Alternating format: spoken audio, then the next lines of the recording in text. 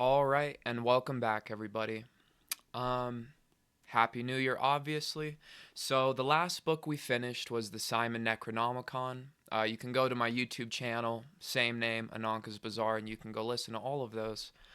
So with the new year, we're going to be starting on The Secret of the Golden Flower. Now, I've listened to this book as an audiobook probably around 7 or 8 times. I absolutely loved this book. I've never actually read it myself, though, and so I figured I should read it with you guys for the first time. But I can tell you, just from listening to it multiple times, this is already one of my favorite occult, alchemy, magic, whatever you want to call it, right? So we'll get into the introduction. It'll give you a description of what it is, but it is a Chinese alchemy book. Um, yeah, I mean, there's not really much else to say. Obviously, I'll give you my own comments as we read through. This was translated and explained by Richard Wilhelm with a commentary by Jung, very famous psychologist, inventor of Jungian psychology, the archetypes, the red book, the black book, very big into alchemy. So I would highly recommend, if you don't know who Jung is, go. If you don't know who Jung is, I mean, what are you doing, bro? You know what I mean? But no, yeah, go check out Jung. Uh, yeah, that's all I have to say, guys. I'll give you my commentary as we go through if I have any notes. But yeah, I just wanted to read this together with you guys. So we will begin without further ado. The Secret of the Golden Flower, a Chinese book of life, translated and explained by Richard Wilhelm, with a commentary by C.G. Jung.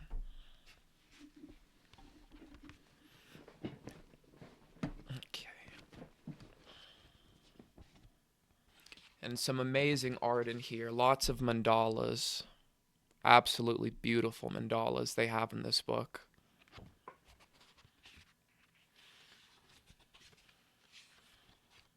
All right.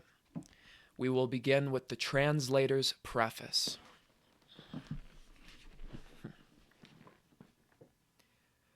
The original German edition of The Secret of the Golden Flower, of which the following is the authorized English translation, appeared first in the autumn of 1929.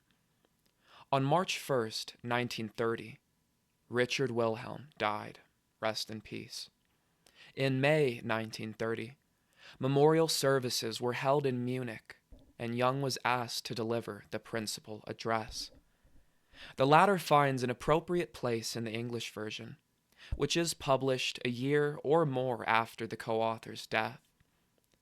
The address will be welcomed, not only for what it tells the reader of Wilhelm, but for the further light it throws on the standpoint of the East. The relation of the West to Eastern thought is a highly paradoxical and confusing one. On the one side, as Jung points out, the East creeps in among us by the back door of the unconscious and strongly influences us in perverted forms. And on the other, we repel it with violent prejudice as concerned with a fine-spun metaphysics that is poisonous to the scientific mind.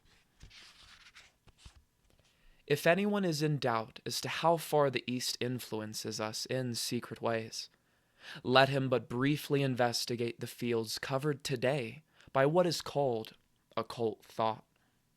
Millions of people are included in these movements, and Eastern ideas dominate all of them. Since there is nowhere any sign of a psychological understanding of the phenomena on which they are based, they undergo a complete twisting and are a real menace in our world. A partial realization of what is going on in this direction, together with the Westerner's native ignorance and mistrust of the world of inner experience, builds up the prejudice against the reality of Eastern wisdom. When the wisdom of the Chinese is laid before a Westerner, he is very likely to ask, with a skeptical lift of the eyebrows, why such profound wisdom did not save China from its present horrors. Of course, he does not stop to think that the Chinese asks with an equal skepticism why the much boasted scientific knowledge of the West, not to mention its equally boasted Christian ethics, did not save it from a world war. But as a matter of fact, present conditions in China do not invalidate Chinese wisdom, nor did the Great War prove the futility of science. In both cases, we are dealing with the negative sides of principles under which East and West live, and it has not yet been given, either to individuals or to nations, to manage the vices of their virtues. Mastery of the inner world, with a relative contempt for the outer, must inevitably lead to a great catastrophe. Mastery of the outer world, to the exclusion of the inner, delivers us over to the demonic forces of the latter, and keeps us barbaric despite all outward forms of culture. The solution cannot be found either in deriding Eastern spirituality as impotent, or by mistrusting science as a destroyer of humanity. We have to see that the spirit must lean on science as its guide in the world of reality, and that science must turn to the spirit for the meaning of life. Such is the point of view established in this book.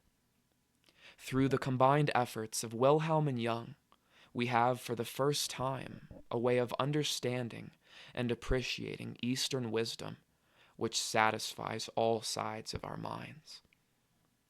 It has been taken out of metaphysics and placed in psychological experience. We approach it with an entirely new tool and are protected from the perversions the East undergoes at the hands of the cult-mongers of the West.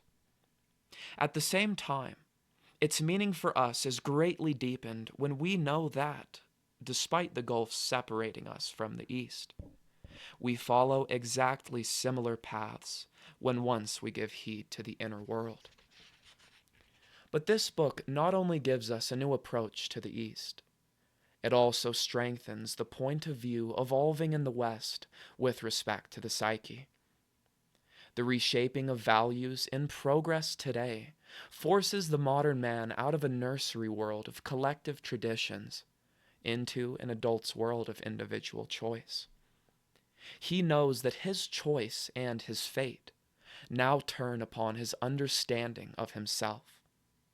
Much has been taught him in recent years about the hitherto unsuspected elements in his psyche, but the emphasis is all too often on the static side alone, so that he finds himself possessed of little more than an inventory of contents, the nature of which serves to burden him with a sense of weariness, rather than to spur him on to master the problems that confront him.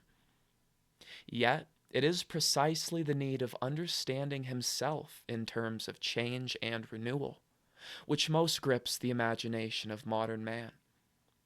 Having seen the world of matter disappear before his scientific eye and reappear as a world of energy, he comes to ask himself a bold question. Does he not contain within his psyche a store of unexplored forces, which, if rightly understood, would give him a new vision of himself and help safeguard the future for him? In this book, his question is answered from two widely different sources: Chinese yoga and analytical psychology. Stripped of its archaic setting, the secret of the golden flower is the secret of the powers of growth latent in the human psyche. And these same powers, as they reveal themselves in the minds of Western men, also form the theme of Jung's commentary. In the commentary, he has shown the profound psychological development resulting from the right relationship to the forces within the psyche.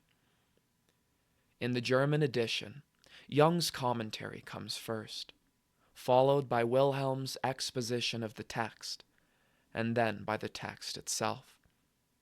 At Jung's request, the order has been changed so that his commentary follows the text. The Chinese words in this edition are in the anglicized form. for making the necessary transcriptions. I am indebted both to Mr. Arthur Wally and to Colonel F.C.C. Egerton. The latter has been kind enough to give his personal attention to the editing of my manuscript. As a possible aid in keeping in mind the relationship between the various Chinese concepts, such as Xing Ming, Kui Shen, etc., I have added 2 summaries, one written and one diagrammatic. Fortunately for me, I have made this translation under the supervision of Dr. Jung, and to that fact, and to the further aid I have received from Mrs. Jung, I owe any success I may have had in meeting the difficulties presented. It has also been my privilege to have the completed manuscript read and criticized by Dr. Erla Radakowicz, and for her invaluable assistance, I am deeply grateful. Carrie F. Bynes, Zurich, March 1931. Translator's note to the new revised edition. 30 years have passed since the appearance of the first English edition of The Secret of the Golden Flower. A second world war has been fought, and a third world war looms as a possibility. Man expends his energy upon the outer world without let or hindrance. In the midst of this extraversion, the continent of the spirit recedes on the horizon. Does it still exist? The new edition of this book is an affirmative answer. It reminds us that man never really loses his vision of the continent of the spirit, and that the conquest of inner space, the understanding of the psyche, will remain the ultimate human goal. C.G. Jung, whose work was given wholly to that goal, died in 1961. Rest in peace, Mr. Jung. Readers of this new edition will see in it a memorial to him as co-author of the book. To the 5th German edition of The Secret of the Golden Flower, several pages from another Chinese text on yoga closely related to that of the Golden Flower have been added. It is the Hui Ming Qing, or the Book of Consciousness and Life.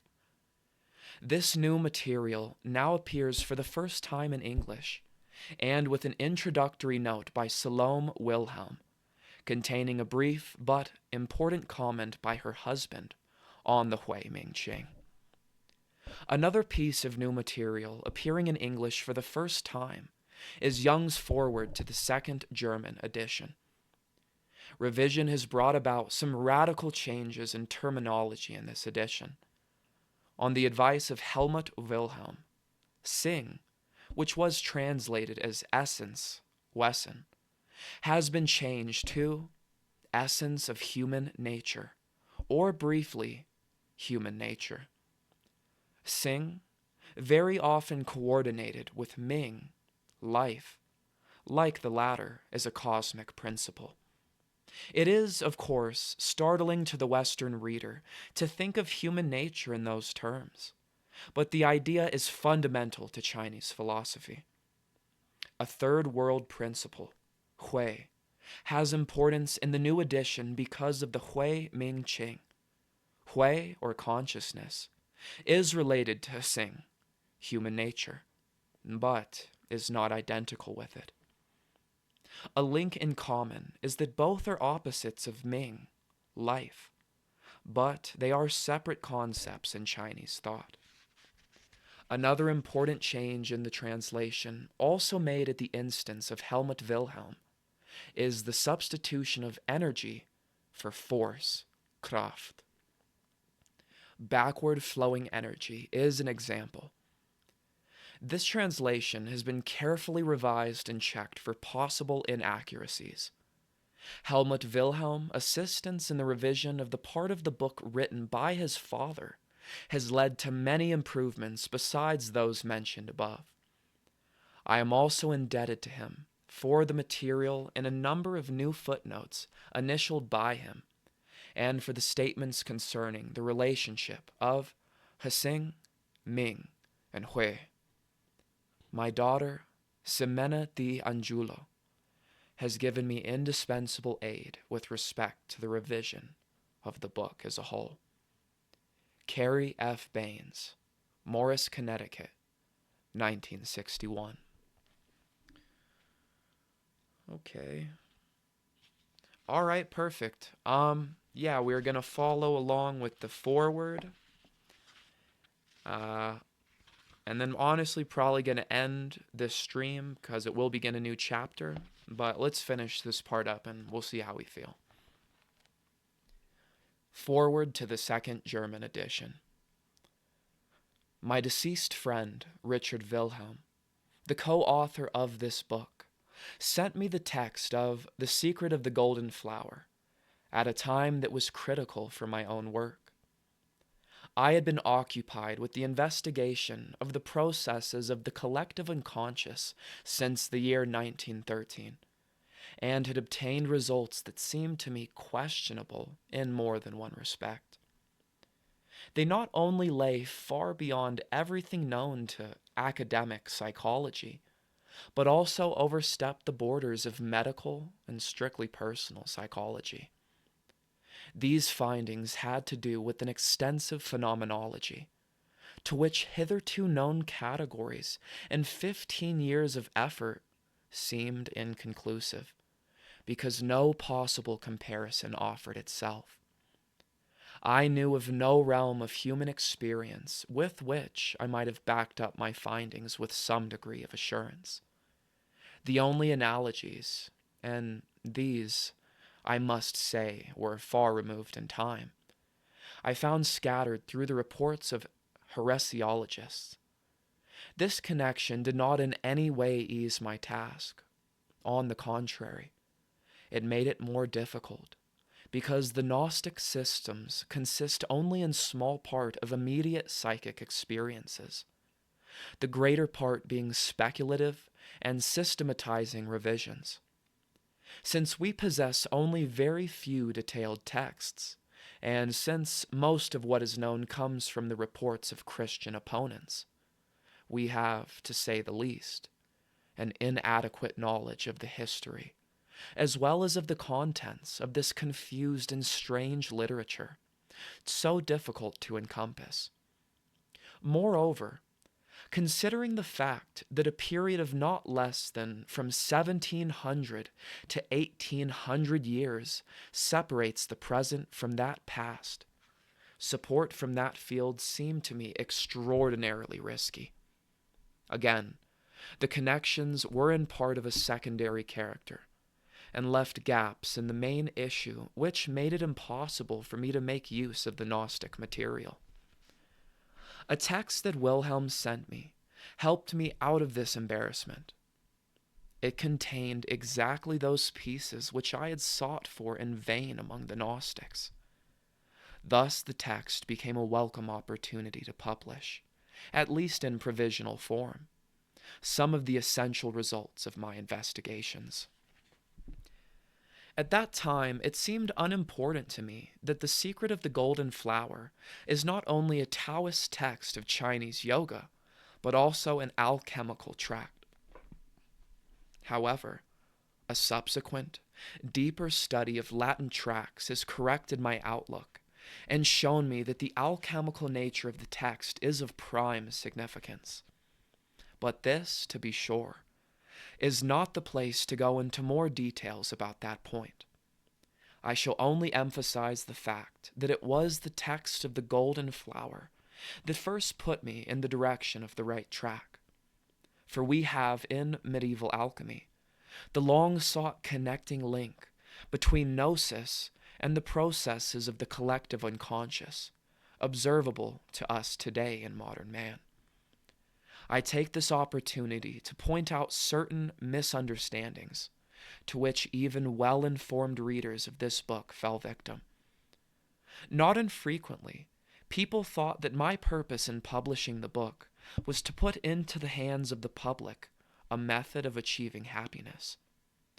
In total misapprehension of all that I say in my commentary, such readers tried to imitate the method described in the Chinese text. Let us hope that these representatives of spiritual profundity are few in number. Another misunderstanding gave rise to the opinion that, in the commentary, I had pictured to a certain extent my psychotherapeutic method, which, it was said, consisted in my suggesting to my patients Eastern ideas for therapeutic purposes. I do not believe that there is anything in my commentary lending itself to that sort of superstition. In any case, such an opinion is altogether erroneous, and is based on the widespread conception that psychology is an invention for a definite purpose and not an empirical science. To this category belongs the equally superficial as well as unintelligent opinion that the idea of the collective unconscious is metaphysical. It is a question of an empirical concept to be put alongside the concept of instinct, as is obvious to anyone who will read with some attention. I have added to this second edition the address in honor of Richard Wilhelm, given by me at the memorial celebration, May 10th, 1930, in Munich. It has already been published in the first English edition of 1931. C. G. Jung. Foreword to the fifth German edition. To this edition, there has been added the translation of the introductory portion of another meditation text stemming from a tradition similar to that of which The Secret of the Golden Flower is part, and appearing with the later in the Chinese edition. Richard Wilhelm wrote the following brief introduction to this meditation text in 1926. The Hui Ming Ching, or the Book of Consciousness and Life, was written by Liu Huayang in the year 1794. The author was born in the province of Jiangxi, and later became a monk in the monastery of the Double Lotus Flower, Shuang Lian Su, in the province of Anhui. The translation is from a new edition of 1,000 copies printed with The Secret of the Golden Flower in 1921, by a man with the pseudonym of Hui Chen Zu, he who has become conscious of truth. The text combines Buddhist and Taoist directions for meditation. The basic view is that at birth, the two spheres of the psyche, consciousness and the unconscious, become separated. Consciousness is the element marking what is separated off, individualized in a person, and the unconscious is the element that unites him with the cosmos. The unification of the two elements via meditation is the principle upon which the work is based. The unconscious must be inseminated by consciousness, being immersed in it. In this way, the unconscious is activated and thus, together with an enriched consciousness, enters upon a suprapersonal mental level in the form of a spiritual rebirth. This rebirth then leads first to a progressing inner differentiation of the conscious state into autonomous thought structures. However, the conclusion of the meditation leads of necessity to the wiping out of all differences in the final integrated life, which is free of opposites. The German translation of this meditation text first appeared in the third volume of the Chinesische Blätter für Wissenschaft und Kunst, Darmstadt, 1926, pages 104 through 114. The translator being L.C. Lowe. Dr. Lowe was at that time a collaborator of Richard Wilhelm and secretary of the China Institute in Frankfurt am Main. The translation was made at the suggestion of Richard Wilhelm and was revised by him, so that in its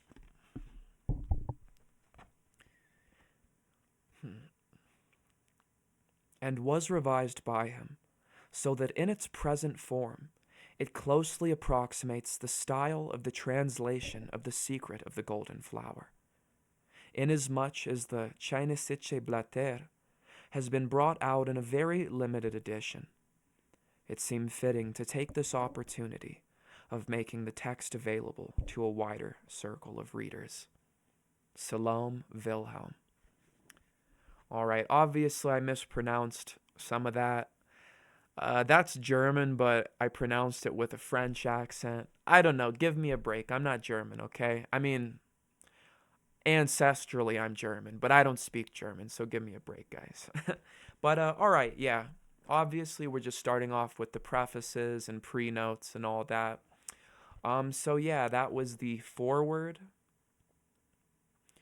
Yeah, the translator's preface, translator's note, and the two forewords. I am going to end this stream. We will pick up next time with a discussion of the text by Richard Wilhelm.